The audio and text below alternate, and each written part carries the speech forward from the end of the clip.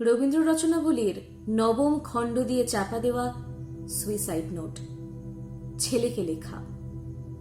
লিখে হাতে ব্লেড নিয়ে বাথরুমে ঢুকেছিলেন মাস্টার মশাই। দুপুরবেলা কাজের লোক দরজার তলা দিয়ে রক্ত আসতে দেখে চিৎকার করে ওঠে। ছেলেকে লেখা এই তার প্রথম এবং শেষ চিঠি। অরণি, আমি বিশ্বাস করি সন্তান পবিত্র জলের মতো। যদিও তোমার সঙ্গে আমার সম্পর্ক ভালো নয়, তবু তোমাকেই লিখে রেখে যাই।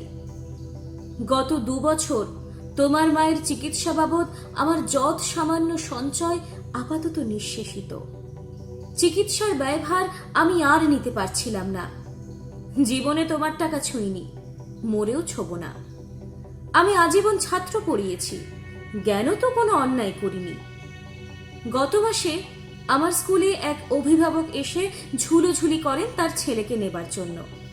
আমি প্রথম দিন ফিরিয়ে দিই, দ্বিতীয় দিন ফিরিয়ে দিই, তৃতীয় দিন পারিনি।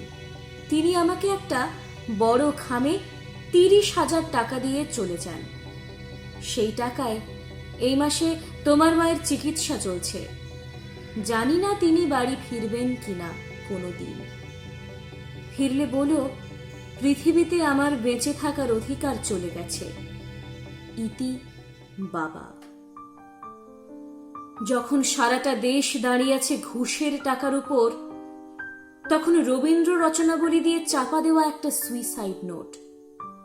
হাসপাতালে গাছের তলায় গা ছমছম করছিল। এগিয়ে গেলাম সাদা কাপড়ে ঢাকা মাস্টার মশাইয়ের দিকে, একটু বেরিয়ে থাকা পা দুটোর দিকে।